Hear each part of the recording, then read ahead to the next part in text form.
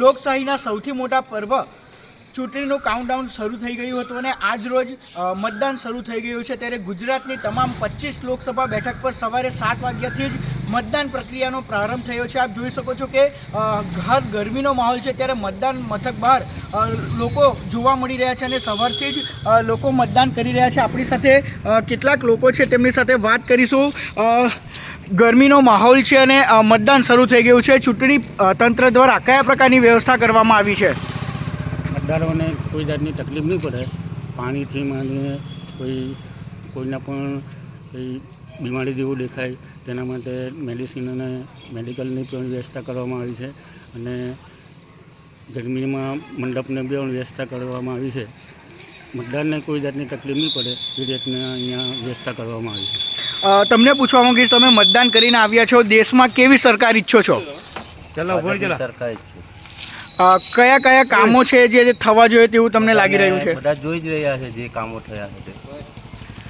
તમને શું લાગે છે આજે મતદાન છે, મતદાન પ્રક્રિયા કેવી ચાલી રહી છે અને ગરમીના માહોલમાં ચૂંટણી તંત્રનો કેવો પ્રયાસ રહ્યો છે? સરસ, ચૂંટણીમાં બહુ સરસ વ્યવસ્થા કરી છે, મતદાનનો કોઈ તકલીફ પડે એવી નથી। આટલી બધી ગરમીમાં મંડપથી માંડીને પાણીથી માંડીને શરબતથી માંડીને મેડિસિનથી સગવડ ચૂંટણી પંચે કરી છે।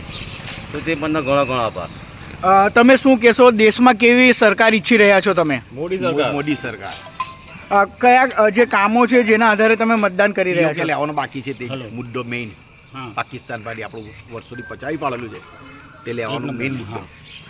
તમે શું કહેશો, તમે એક યુવા છો, દેશમાં કેવી સરકાર ઈચ્છો છો? શું કહેશો તમે, દેશમાં કેવી સરકાર ઈચ્છો છો? દેશમાં વિકાસશીલ અને સ્થિર સરકાર જોઈએ છે।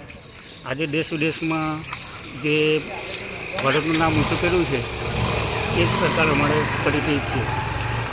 તો આ જે મતદારો છે તે મતદારો જે પોતાના જે મંતવ્યો છે તે જણાવી રહ્યા છે। ત્યારે ભરૂચ જિલ્લાની ખાસ કરીને વાત કરવામાં આવે તો ભરૂચ જિલ્લામાં 17 લાખથી વધુ મતદારો આજે પોતાના મતાધિકારનો ઉપયોગ કરશે અને જે લોકશાહી છે તેને જીવંત રાખવા માટે પ્રયાસો કરશે। આ તરફ જિલ્લા ચૂંટણી તંત્ર દ્વારા અનેક પ્રકારના જે મતદાન જાગૃતિ કાર્યક્રમો છે તે પણ કરવામાં આવ્યા હતા અને તેના કારણે જે મતદાનની ટકાવારી ઊંચી રહે તેવી સંભાવના વ્યક્ત કરાઈ છે। ગરમીનો માહોલ છે ત્યારે મતદાન મથકો પર લોકોને તકલીફ ન પડે તે માટે ORS અને પીવાના પાણી સહિતની જે છે તે વ્યવસ્થા પણ કરવામાં આવી છે। સાથે જ દિવ્યાંગ મતદારો માટે વ્હીલચેર સહિતની પણ જે સુવિધા છે તે ઊભી કરવામાં આવી છે।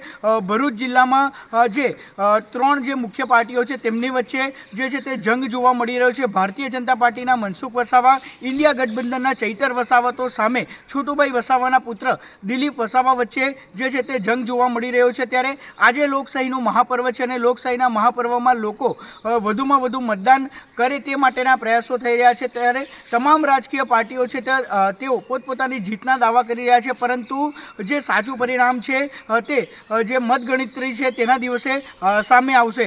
વધુ લાઈવ અપડેટ માટે આપ મારી સાથે જોડાયેલા રહેજો। ત્યાં સુધી રજા આપશો। નમસ્કાર।